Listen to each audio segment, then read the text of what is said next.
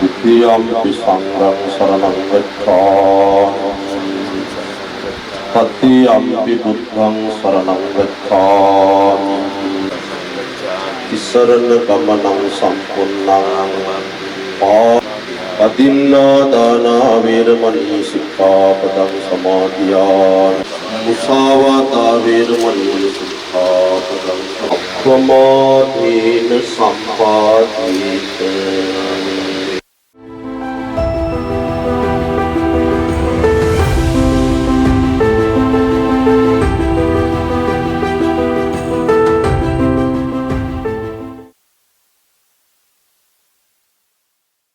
विद्या उपदेशक कुरे महात्मा कलुतर बंधनागार नियामक लक्कजित महात्मा कलुतर बंधनागार नियामक तिलक महात्मा एवंगेम ग्राम निलधारितुमिय लक्माली महात्मिय प्रधान सौख्य परीक्षक ज्ञान मालिंद पेनांद महात्मा Thank you. Thanks for giving me this opportunity. And I'm really glad to meet you. Basically, I'm an Indian person and I'm in United States now, in Montana, USA. So, first I congratulate to you all the team of IHRO Sri Lanka and our respected dignitaries. All of you, we are very thankful.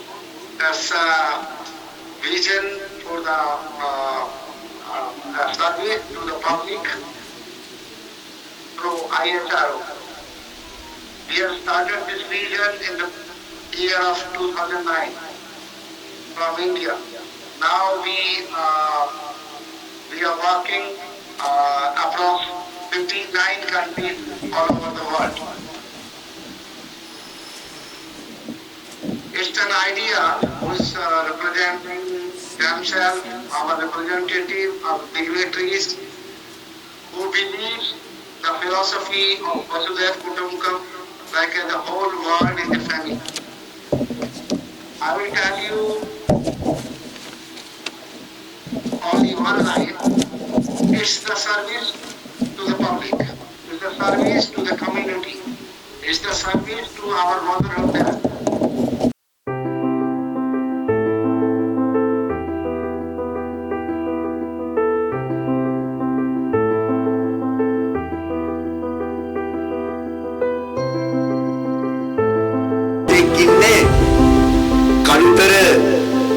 අපේ අධිකරණ පරිශ්‍රයේ නිලවත් මහේස්ත්‍රාත් බන්දුල වීරසිංහ මැතිතුමා පමණයි.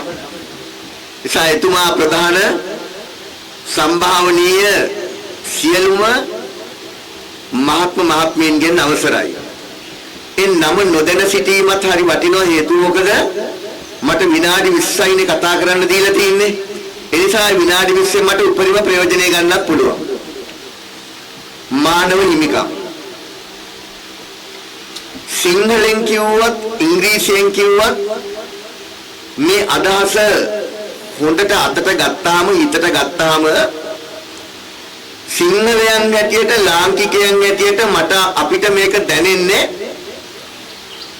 ඉංග්‍රීසියට වඩා මේ වචනේ සිංහලෙන් කිව්වම ඒ නිසා මගේ කතාවේදී සිංහල භාෂාවට තැන දෙමින් අපේ සිංහල සංස්කෘතියත් එක්ක ජාත්‍යන්තරයේ පවතින සම්බන්ධතාවයත් සමග මානව හිමිකම් ගැන කතා කරන්න මම කැමතියි.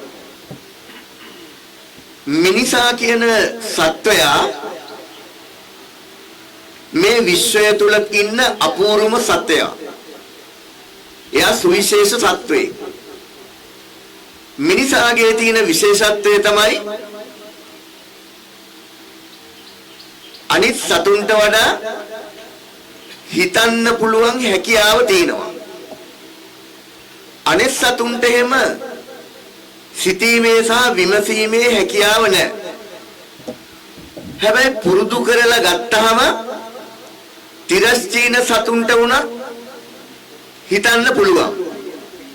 උදාහරණයක් හැටියට කිව්වම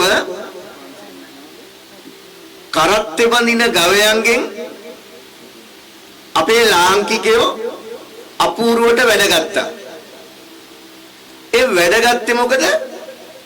ගවයට කතා කරන්න බැරි වුණාට අපේ අදහස් තේරුම් ගන්න පුළුවන් විදිහට ගවයව යොදා ගන්න හැකියාව ලැබුණා. පෞකිය දවස්වල ලංකාවට සාමය පිළිබඳව කතා කරන්නයි සාම පාගමකටයි විදේශීය භික්ෂුන් වහන්සේලා කීප නමක් වැඩම කළා. ඒක නෙමෙයි මට කියන්න උවමනා කරන්නේ. ඒ වෙලාවේ සුනක දේනුවකුත් අරගෙන ආවා. සුනකෙක් පිරිසතෙක් එයාගේ නම ආලෝක. උට මේ ආලෝකගේ උපන් රට ඉන්දියාව. ආලෝකව එක්කරගෙන ආපු ස්වාමීන් වහන්සේලාට වඩා ආලෝකව අපිට දැනෙනවා. හේතුව මොකද? යොදලා තියෙන නම අපේ රටට හොඳට ගැලපෙන දැනෙන නම. ආලෝක.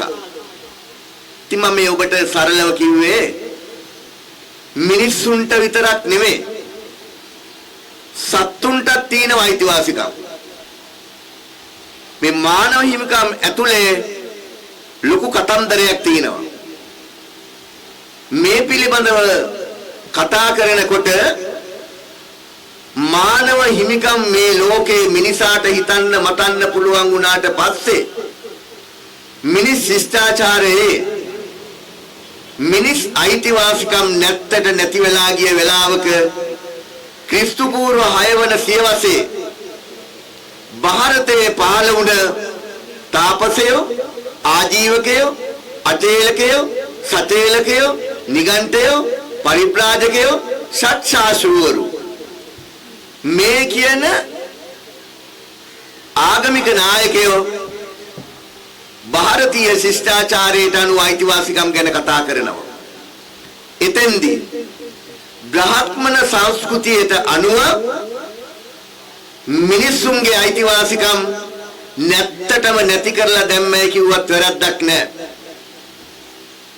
බමුණු සංකල්පයේ උගන්වන්නේ බ්‍රාහ්මනෝස්ස මුකමාසී බාහු රාජන්‍ය කෘත ඌරු තදස්ය යත් වෛශ්‍යා පබ්බ්‍යාම් ශුද්‍රෝ අජායත. ඒ ශ්ලෝකයට අනුව මිනිසාව මැවූ ආකාරය කියන්නේ එක කොටසක් කටින් ඉපදුනා, තව කොටසක් දෙබාහුවෙන් ඉපදුනා, තව කොටසක් කලවාදකෙන් ඉපදුනා, තව කොටසක් යටිපතුලෙන් ඉපදුනා. තව කොටසක් යටිපතුලෙන් ඉපදුනා.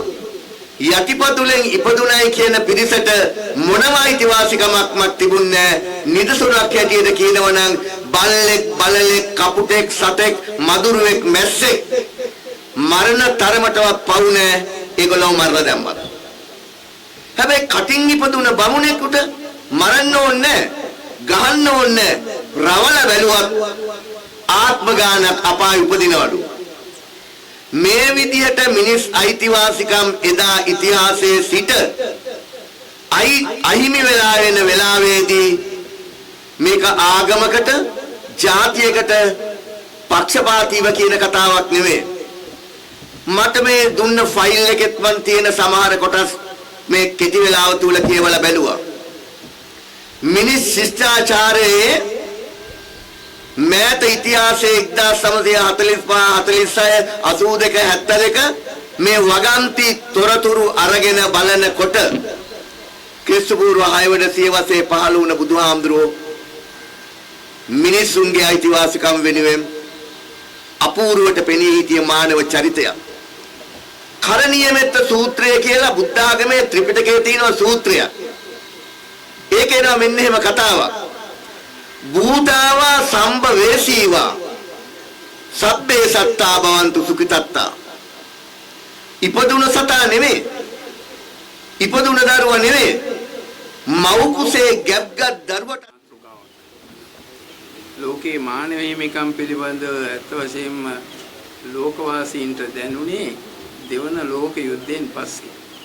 දෙවන ලෝක යුද්ධයේදී ඇති වුණු මිනිස් සංහාරය, දීපල සංහාරය, ඒ සියලුම දේවල් ගැන සිතන්න පටන් ගත්තේ ඒ දෙවන ලෝක යුද්ධයෙන් පස්සේ. ඊට පස්සේ ලෝකයේ 1948 තමයි මුලින්ම මානව හිමිකම් පිළිබඳ සංවිධානය බිහි වුණේ.